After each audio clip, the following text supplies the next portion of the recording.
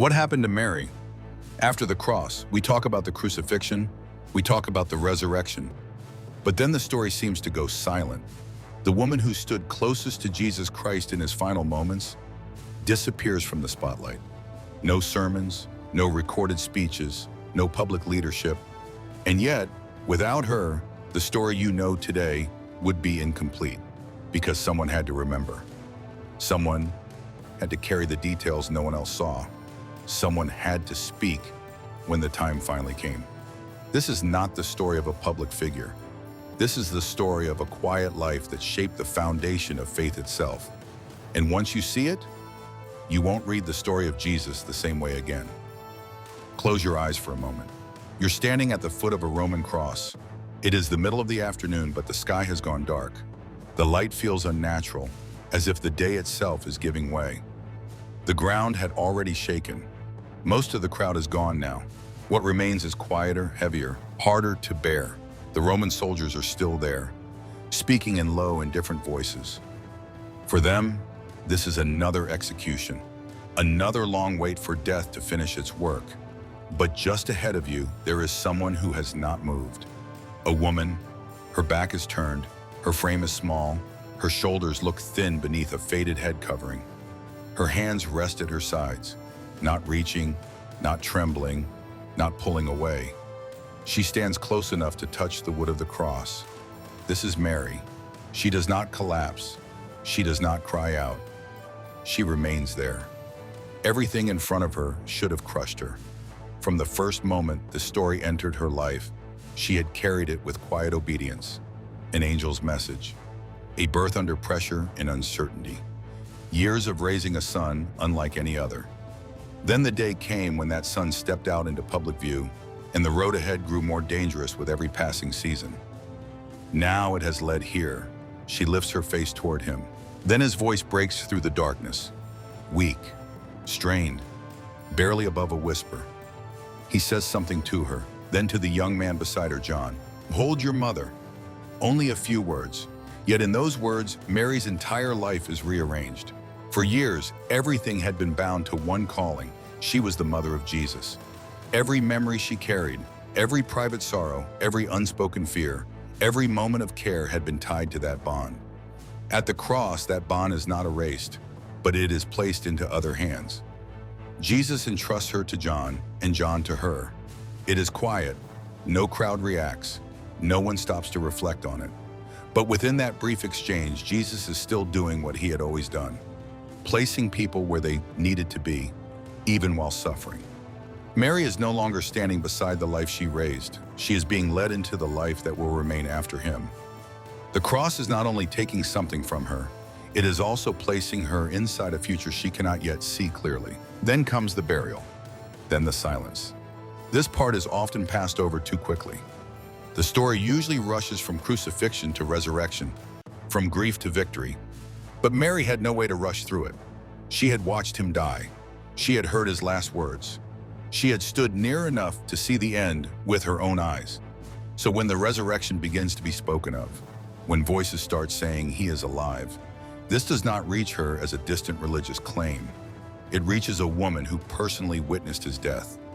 That is where the weight of those days truly sits. She is not holding on to vague hope. She is carrying the memory of a body taken down from a cross. Days pass, then more days. The burial is behind her. The reports of resurrection are already moving through the circle of those closest to him. Grief has not vanished, but it no longer fills the room the same way. Something has shifted, even if not every question has settled. Mary moves through Jerusalem now as a woman whose life has been broken open more than once. She is no longer raising the child from Nazareth. She is no longer following the teacher through Galilee. She is no longer standing beneath the cross. And yet her story has not fallen silent. Picture her walking through the streets of Jerusalem. The city is still crowded, restless, watched over by Rome. Voices rise from the marketplaces. Sandals strike stone. People speak of recent events in fragments, rumors, and arguments. Everywhere there is tension. Mary walks without spectacle. No crowds gather around her. No public role is announced for her. No speech is placed on her lips. Still, she keeps moving. At last, she reaches a narrow stone staircase. Her hand slides along the wall as she climbs. Her steps are careful, steady. At the top is a door. She opens it. Inside, another chapter of her life is waiting, not with the noise of a public miracle, but with the quiet gathering of people who are about to become something more than followers. The cross had not erased her place in the story. It had carried her deeper into it. The room is already full when she enters. Stone walls, low ceiling beams, oil lamps burning against the dimness. The air feels warm, almost heavy, as voices fill the space in quiet conversation. Around 100 people are gathered here. Some are sitting on the floor. Others lean against the walls. A few stand near the doorway, as if unsure how long they can remain unnoticed. Mary steps inside and pauses. Faces come into view. Peter is near the far wall. John the Apostle stands not far from the window. Others are there too, men who had followed Jesus closely, men who had failed him, men who had run. And then something unexpected. Not far from the back of the room, familiar faces. Her other sons, James, Judas, Simon. The same brothers who at one point tried to take him home, convinced he had lost his way. Now they are here, no argument, no resistance, no distance. They wait with everyone else. Whatever they once thought, it no longer holds. Mary notices them, but she doesn't move toward them. Not yet. There is something else filling the room, something none of them fully understands. She finds a place and sits. She prays, not loudly, not for attention, just the same steady rhythm she has carried for years, the same quiet turning of the heart toward God. Around her, the room settles into waiting. No one knows how long, no one knows exactly what they are waiting for, but no one leaves. The sound begins without warning. Not from the street below, not from the doorway, from everywhere at once. A rushing force like wind, but the lamps do not go out. The walls do not shake. The door does not move. Still something fills the room. The air shifts. People look up. The flames of the oil lamps flicker. And then something else appears. Light, yet not from fire. Fire, yet not consuming. Above them, around them, moving in a way that cannot be explained through anything they have known before. Mary lifts her face. She has felt something like this once before. Not here, not like this, but the presence, she recognizes it. Years earlier, she had been alone in a small room in Nazareth. No witnesses, no crowd, just silence, and a voice that changed everything. That moment gave her a son. This moment places her inside something far larger. Not a single life, a people, not a private calling, a shared mission. The room is no longer just a place of hiding. It becomes the beginning of something that will move beyond these walls, beyond Jerusalem, beyond anything they can yet imagine. Voices begin to rise. Some speak in words they themselves do not understand. Others hear languages they recognize. The confusion does not scatter them. It draws them closer into what is unfolding. Mary remains where she is. She does not stand to lead. She does not step forward to explain. But she isn't on the outside of this moment. She is part of it. The same spirit that once came to her in silence now fills an entire room. The difference is not in the presence, but in the reach. Time passes. The room empties. The streets begin to fill. Word spreads faster than anyone expected. Something has begun. Not organized, not structured, not fully understood, but alive. Mary leaves the room with the others. Jerusalem feels different now. The streets are louder. Crowds gather and break apart. Voices carry fragments of what has just taken place. Some are curious, some are skeptical, some are already convinced. She walks beside John. The path ahead is not clearly drawn.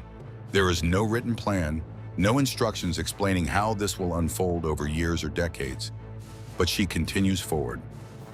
She is living in John's home now, a simple place.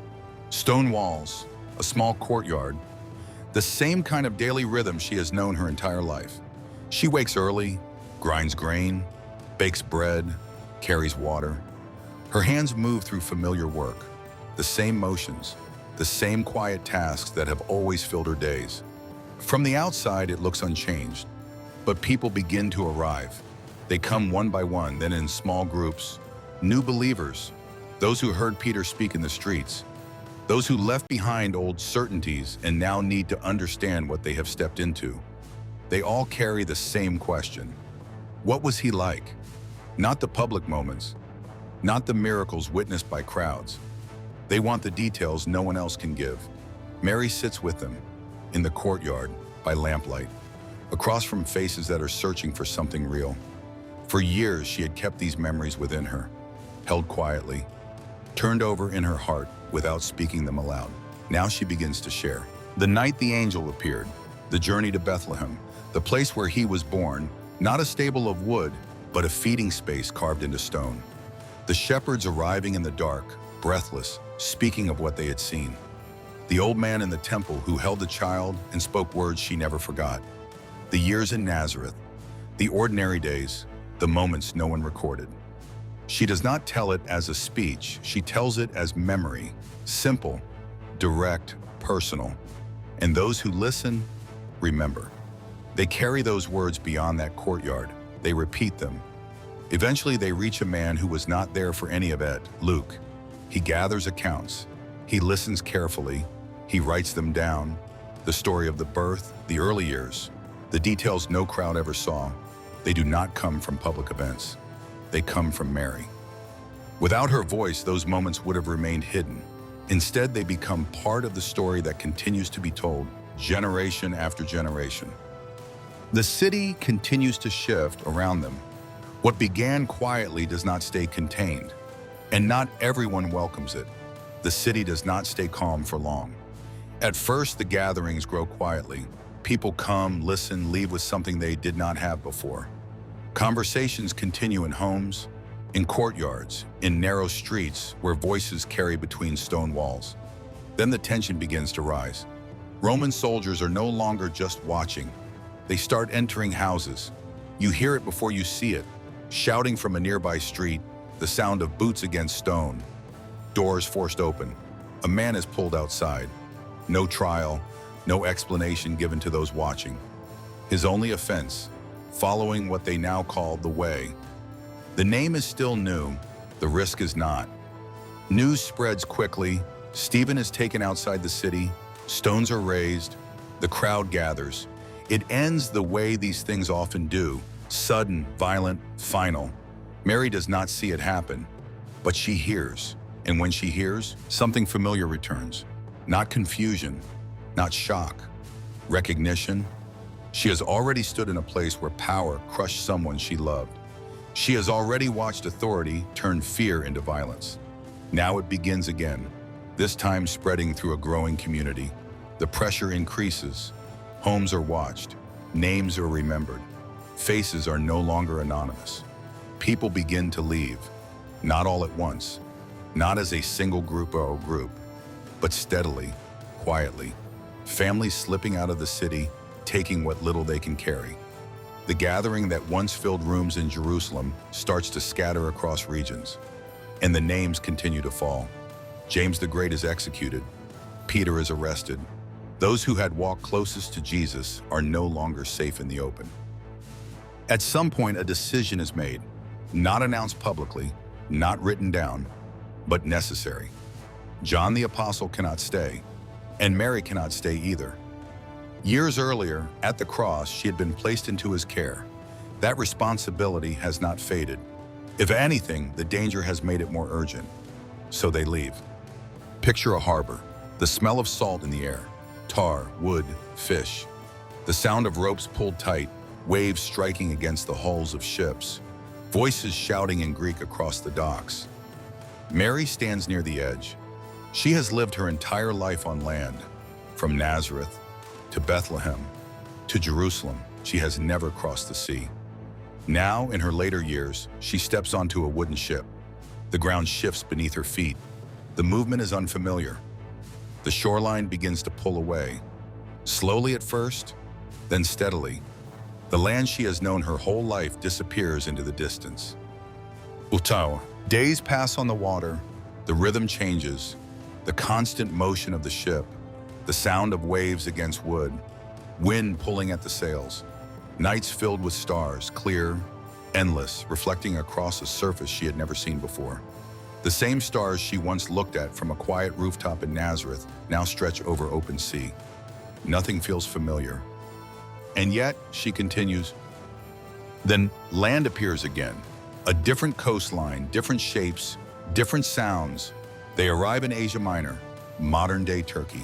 The ship comes to rest. Mary steps onto ground that is not her own. Ahead, the city rises. Ephesus. Wow. It is nothing like Nazareth. Nothing like Jerusalem. The streets are wide, paved in marble. Buildings rise higher than anything she has known before. Public spaces stretch out in scale and design that speak of power, wealth, and control. A massive theater carved into a hillside. Bathhouses, markets filled with goods from across the empire. And above it all, dominating the skyline, the Temple of Artemis. One of the great centers of pagan worship. Everything here speaks a different language. The words, the customs, the bars. Mary stands in the middle of it, a woman from a small village, now surrounded by a world that does not resemble anything she has lived before. But they do not remain in the center of the city. John leads her away from it, upward. The road narrows as it climbs. Stone gives way to earth. Marble fades into dirt paths. The noise of the city weakens behind them. Trees begin to surround the path. Quinohain, olive, scattered growth shaped by wind and time. The air cools. Birdsong fills the space between branches. They continue upward. Near the top, the path opens. A small clearing. And in that clearing, a house. Simple. Built from stone. One main room. A small space set aside for rest. A hearth.